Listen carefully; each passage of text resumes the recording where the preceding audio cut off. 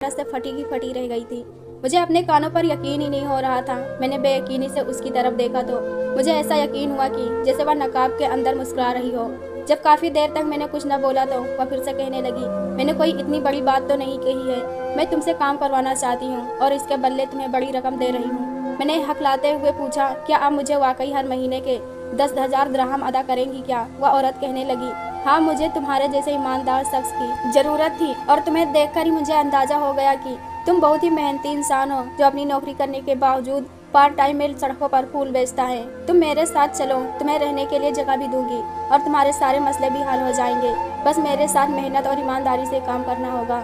10,000 दिरहम का सुनकर मुझे यकीन हो गया था कि वह मुझसे कोई गैर कानूनी काम करवाना चाहती है। इसलिए मैंने उसे साफ लफ्जों में कह दिया कि मैं एक शरीफ इंसान हूँ, मेहनत से कमाता हूँ और मैं कोई गैर कानूनी काम नहीं करना चाहता। अगर एक बार मुझे यहाँ से डिपार्ट कर दिया गया तो मेरा भविष्य खराब हो जाएगा।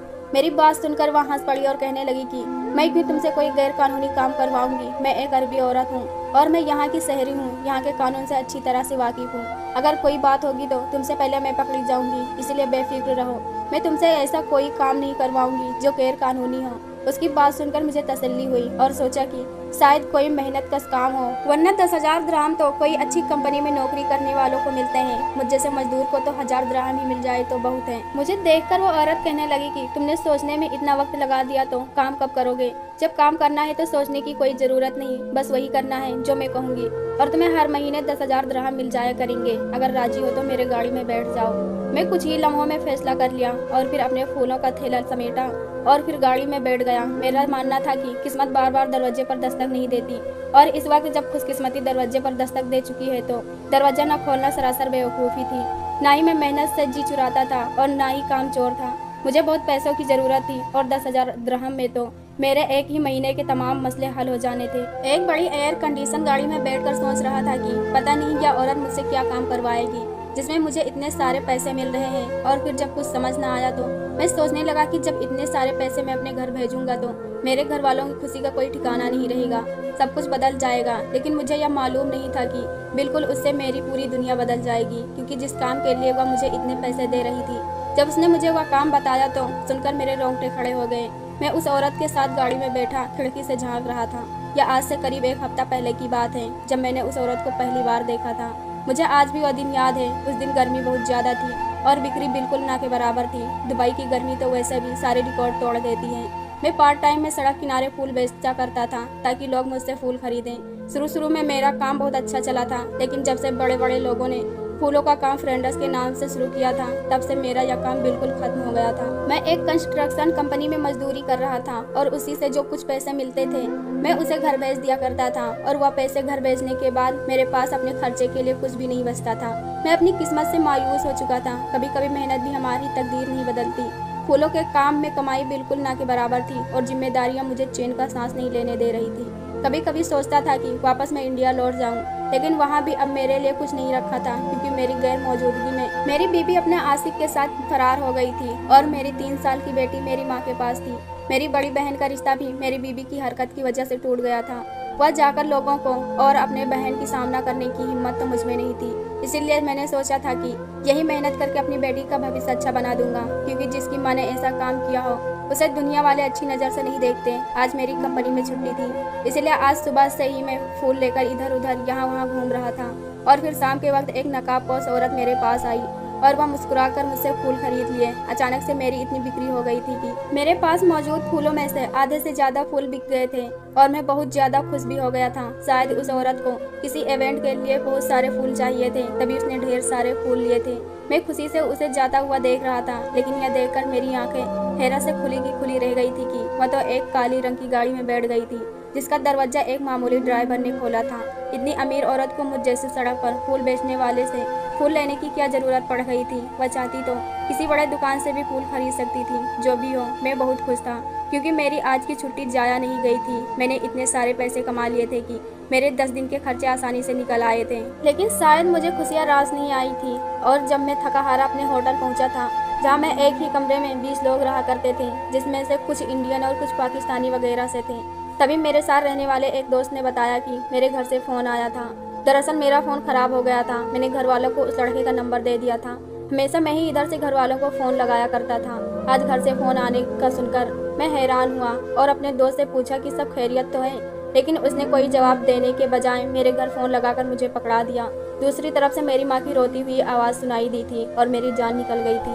मैं घर का अकेला कमाने वाला था और पता नहीं मेरे पीछे घर पर क्या हुआ था। और फिर मेरी माँ ने मुझे एक ऐसी खबर सुनाई कि मेरा दिल दहल गया था।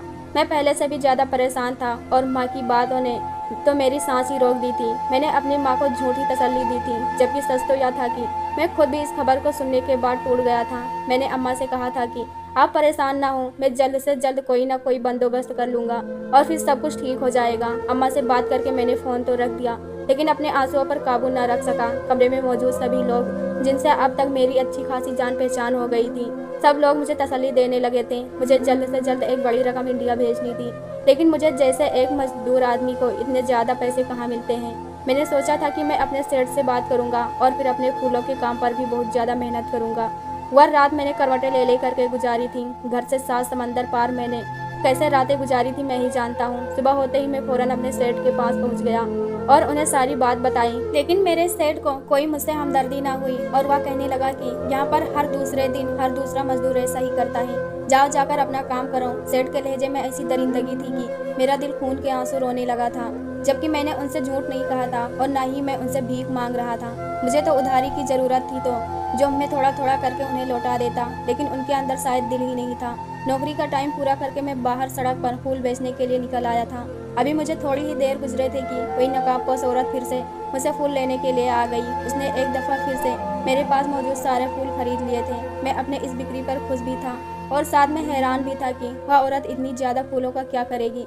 शायद वह कोई काम करेगी जिसमें उसे फूलों की ज़रूरत पेश आती थी। इस वक्त मुझे पैसों की बहुत सख्त ज़रूरत थी और अपने काम से कर्ज था, इसीलिए उस औरत की तरफ अपना ध्यान देते हुए मैंने जल्दी से उससे पैसे लिए और अपना मुनाफा गिनने लगा।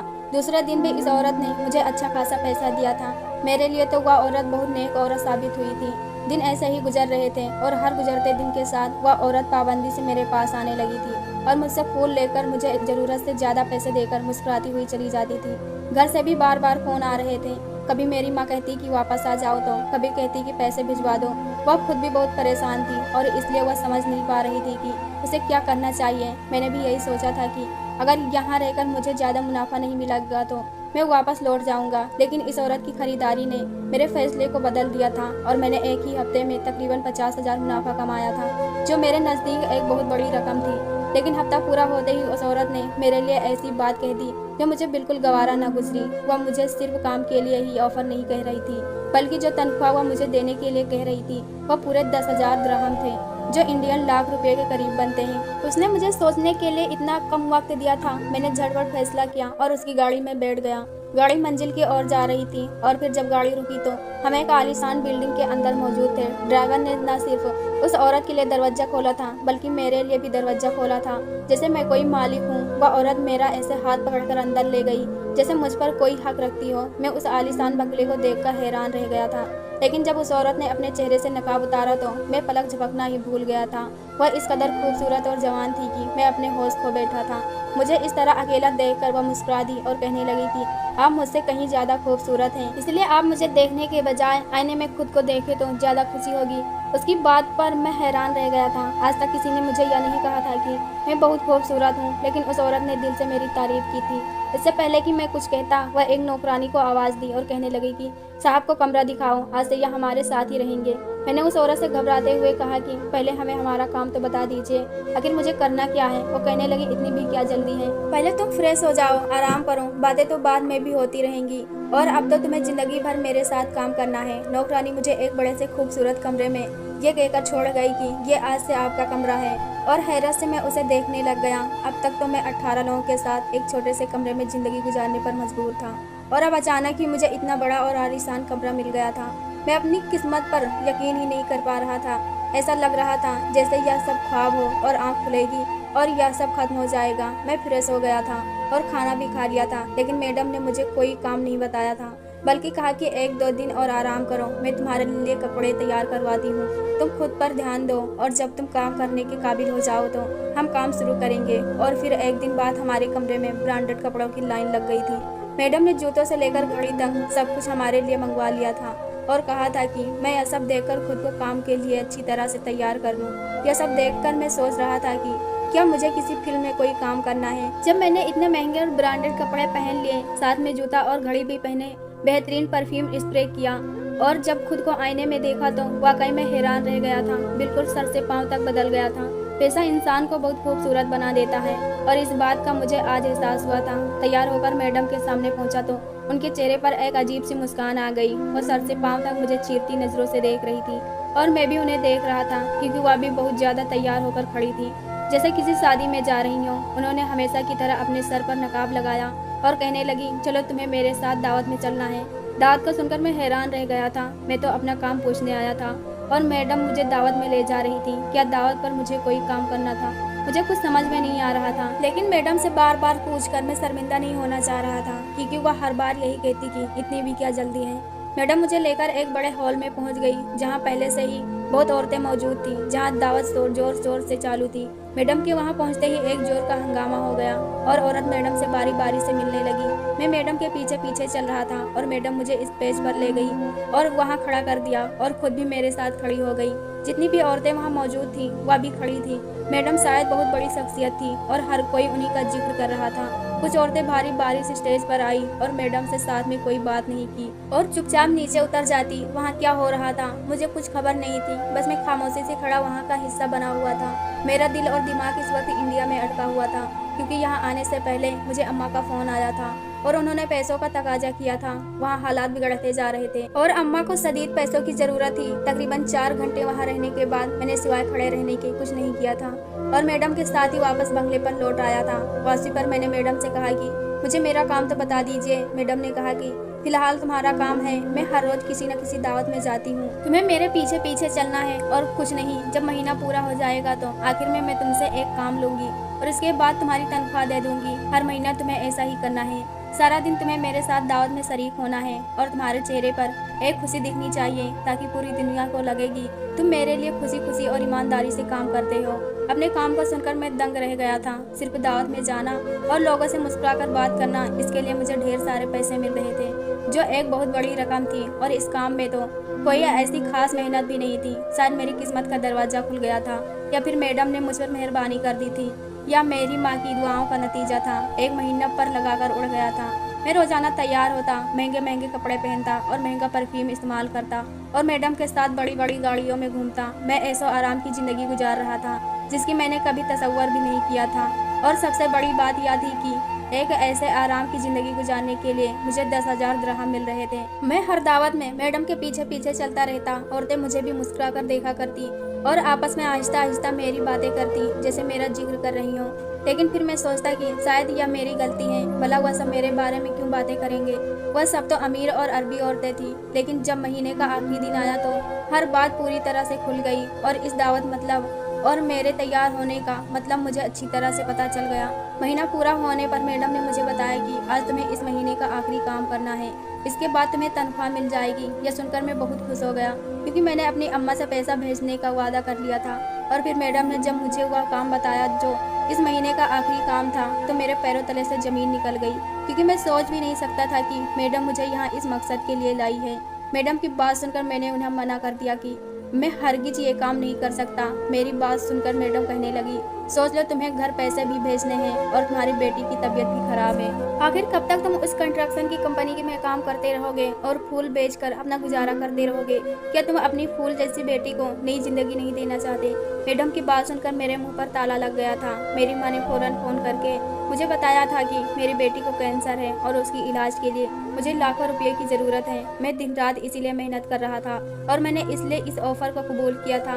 लेकिन मुझे क्या पता था कि मैडम तो अरबी औरतों के बिस्तर की जीनत बनाना चाहती है। जो मैडम से मिलने आती थी वह अय्याश किस्म की औरत होती थी, जिन्हें खूबसूरत और जवान मर्दों में दिलचस्पी थी, और वह दावत में मुझे देखकर मेरा दाम लगाती। सारा महीना दावत में घूमने के बाद मैडम ने कई औरतों के साथ मेरी कीमत तय कर दी थी और महीने के आखिर में मुझे इन सब के साथ बारी बारी से 2-2 घंटे गुजारने थे। और यह सब सुनकर मेरी रूह तक कांप उठी थी। मैंने आज तक सुना था कि औरतों की जिस्म फरोशी होती है, और लेकिन मुझे पहली बार पता चला था कि आजकल के दौर में मर्दों को भी खरीदा जाता है। मैडम ने कहा कि जाओ जाकर अपना काम मुकम्मल करो और अपनी तनख्वाह लो। मैं अपने कमरे में आया और अपना बैग उठाया और मैडम का बंगला छोड़ते हुए मैडम से कहा, मेरी बेटी को कैंसर है, मैं उसका इलाज करवाना चाहता हूँ, लेकिन हराम पैसों से उसका इलाज नहीं करवाना चाहता। अगर मुझे ऐसे ही काम करने होते तो मैं इंडिया में रहकर बहुत सारे गैर कानूनी काम कर सकता था। इसके लिए मुझे अपने प्रदेश को छोड़कर दूसरे प्रदेश आने की ज़रूरत नहीं थी और मैं बैग लेकर चुपचाप वहाँ से चला आया था और एक दूसरी जगह पर काम करने लगा था, जो बहुत ही अच्छा सेठ था और ईमानदार था, जिसने मेरी बेटी के इलाज के लिए पैसे भी दिए थे। दोस्तों, ये कहानी कैसी लगी कमेंट बॉक्स में ज़रूर बताएं। वीडियो को लाइक करो, चैनल को सब्सक्राइब करो। हम ऐसी कहानी आपके लिए लाते रहेंगे। धन्यवाद।